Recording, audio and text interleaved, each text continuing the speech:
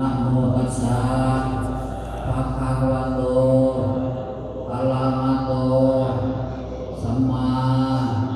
สัมพุทธัสสะโสทินังวัตเมธานัง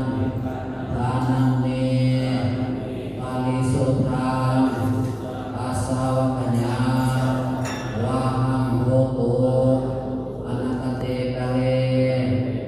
พวกข้าน้อยทั้งหลายยินดีให้ทานการถวายของ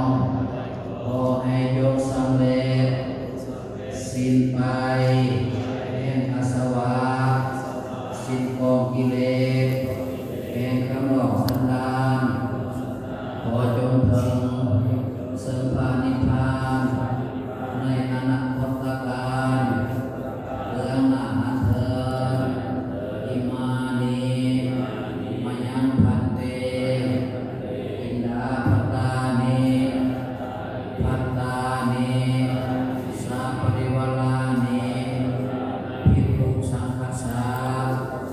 โอโนสัญญามาสาธุโนพันเตภิกขุสังโฆผู้ที่ยังปีอิมานิมายังเตอินดาภัตตานิภัตตานิสัพปริวารานิภิกขุสังฆัสสะโอโนสัญญามาสาธุโนพันเตภิกขุสังโฆตาติยัมปิอิมานิมายังพันเตอินดาภัตตานิภัตตานิสัพปริวารานิภิกขุสังฆัสสะโอโนสัญญามาสาธุโนพันเตภิกขุสังโฆอัมมากันเจวะมาตาปิตุอาทิทานัญจาญาตกานัญจาภูปัสสะจาริญนังทานังเมปาริสุทธังทานังเมปาริสุทธังทานังเมปาริสุทธังนิพพานัง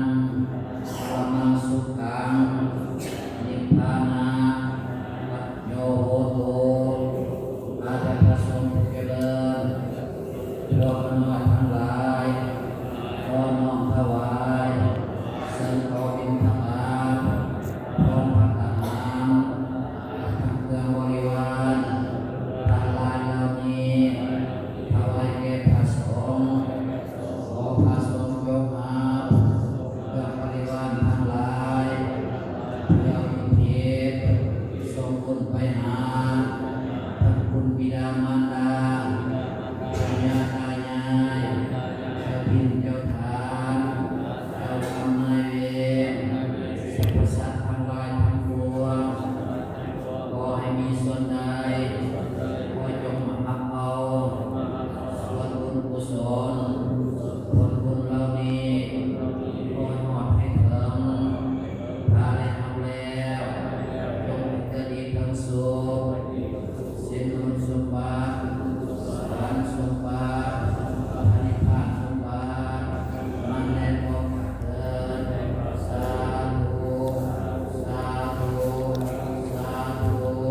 อนุโมทนา สาธุสาธุอนุโมทามิ สาธุมัง